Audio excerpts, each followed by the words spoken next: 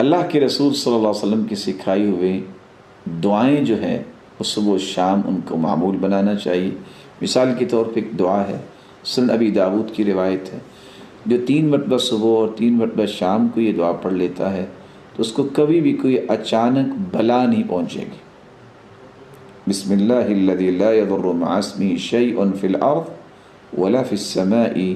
وهو السمیع العلیم۔ اسی طرح رسول اللہ صلی اللہ علیہ وسلم نے فرمایا، صحیح مسلم کی روایت ہے کہ انسان جہاں بھی رہتا ہے، کہیں رکتا ہے، پڑاؤ ڈالتا ہے، یہ دعا اگر پڑھ لے، اعوذ بکلمات اللہ التامات من شر ما خلق لم يضره شيء حتى يرتحل من منزله ذلك، جب تک یہ دعا پڑھ کے جہاں بھی رہے گا دنیا کی کوئی بھی چیز اسے نقصان نہیں دے سکتی۔ اسی طرح تیسری دعا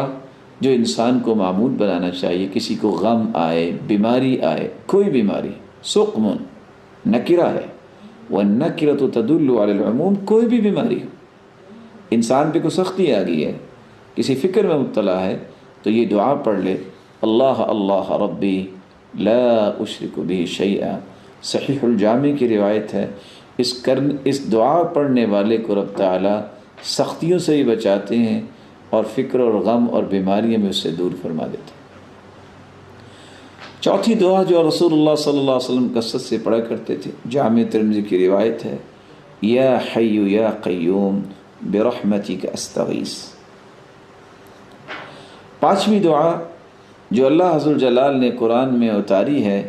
یہ وہ دعا ہے جو سیدنا یونس علیہ السلام نے 3 اندھیروں میں کی تھی، رات کا اندھیرا، پانی کا اندھیرا اور مچھلی کے پیٹ کا اندھیرا۔ امت اس وقت خوف اور پریشانی کے اندھیروں میں ڈوب چکی ہے، اگر یونس علیہ السلام یہ دعا پڑھیں، لا الہ الا انت سبحانک انی کنت من الظالمین، یہ دعا پڑھیں، اللہ تینوں اندھیروں سے نکال کے انہیں لے آئیں، تو آج امت بھی یہ دعا پڑھے تو اندھیروں سے نکل سکتی ہے۔ اور حدیث کے آخر میں لفظ بھی یہ ہیں، لم يدع بها رجل قط الا استجاب اللہ له، جس مصیبت کے لیے انسان یہ دعا پڑھتا ہے اللہ عز وجل اس مصیبت کو اس سے دور فرما دیتے ہیں۔ اگرچہ لوگ اس کو آیت کریمہ سے بھی یاد کرتے ہیں، یہ رسول اللہ صلی اللہ علیہ وسلم پر نازل ہونے والے قرآن کی آیت کا ایک حصہ ہے۔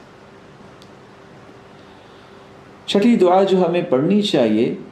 اللہم عافنی فی بدنی، اللہم عافنی فی سمعی، اللہم عافنی فی بصری، میرے مالک مجھے بدنی اور سمعی اور بصری عافیتوں سے نواز دے۔ اور 3 مرتبہ صبح اور 3 مرتبہ جو شام پڑھتا ہے، اللہ عز وجل اس کو محفوظ کر دیتے ہیں۔ لا الہ الا انت، اس دعا کے آخر میں یہ الفاظ ہیں، توحید کا کلمہ بھی یہ آنا چاہیے، تاکہ اللہ کی توحید کو جو خالص کرتا ہے اللہ اسے امن دے دیتے ہیں۔ الذین آمنوا ولم یلبسوا ایمانہم بظلم اولئک لہم الامن فہم مہتدون، جو توحید کو خالص کرتے ہیں، شرک کی آمیزش نہیں کرتے، اللہ تعالیٰ انہیں امن سے نوازتے ہیں، ہر بیماری سے، ہر مصیبت سے، ہر دکھ پریشانی سے، اور ہدایت یافتہ بھی یہی لوگ ہیں۔ رسول اللہ صلی اللہ علیہ وآلہ وسلم نے ایک 7ویں دعا بھی سکھائی ہے، اللہم انی اعوذ بک من منکرات الاخلاق والاعمال والاہواء والادواء،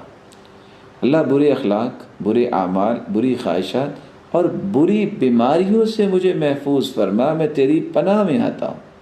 صحیح الجامع کی روایت ہے، اس دعا کو بھی یاد کر کے معمول بنانا چاہیے۔ اور 8ویں دعا، اللہم انی اعوذ بک من البرص والجنون والجذام ومن سیء الاسقام، اے اللہ برس کی بیماری سے، پاگل پن اور کوڑ سے اور تمام بری بیماریوں سے میں تیری پناہ مانگتا ہوں۔ اللہ کے رسول صلی اللہ علیہ وسلم یہ دعا بھی مانگا کرتے تھے،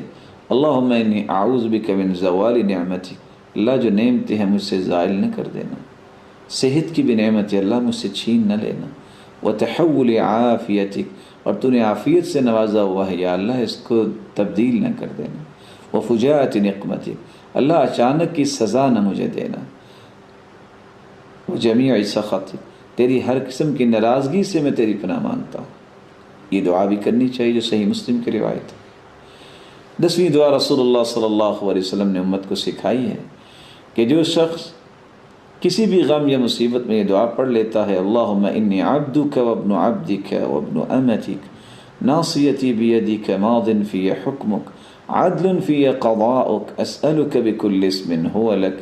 سمیت به نفسک او علمته احدا من خلقک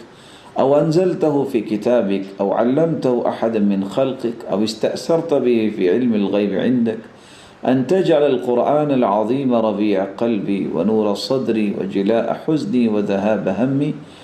اللہ کے رسول کا فرمان ہے یہ دعا جو پڑھ لیتا ہے اللہ اس کے غم کو خوشی میں تبدیل فرما دیتے۔ کس قدر یہ خوبصورت دعا ہے جس سے انسان کا غم خوشی میں تبدیل ہو جاتا ہے۔ آج امت کس قدر غم میں چلی گئی ہے، اور آپ صلی اللہ علیہ وآلہ وسلم نے فرمایا یہ دعا بھی یاد ہونی چاہیے۔ جب بھی کسی بیمار کو دیکھو تو یہ پڑھنا چاہیے، الحمدللہ الذی عافانی مما ابتلاک به وفضلنی علی کثیر ممن خلق تفضیلا۔ اللہ تیری ہی تعریف ہے، تو نے مجھے عافیت میں رکھا ہے اس مصیبت سے جس میں اس نے تجھے مبتلا کیا ہے۔ اس کو دیکھ کے پڑھے جو انسان بیچارہ بیمار ہے، اللہ اس کو بھی صحت دے، اور اے اللہ تو نے مجھے کتنی فضیلت سے نوازا ہے۔ یہ دعا پڑھنے والا اللہ ذوالجلال کے ہاں اتنا محفوظ ہو جاتا ہے کہ رب تعالی اس کو اس بیماری سے محفوظ فرما دیتے ہیں جس بیماری والے کو دیکھ کے انسان یہ دعا پڑھتا ہے تو اللہ ذوالجلال اس کو اس بیماری سے محفوظ فرما دیتے ہیں۔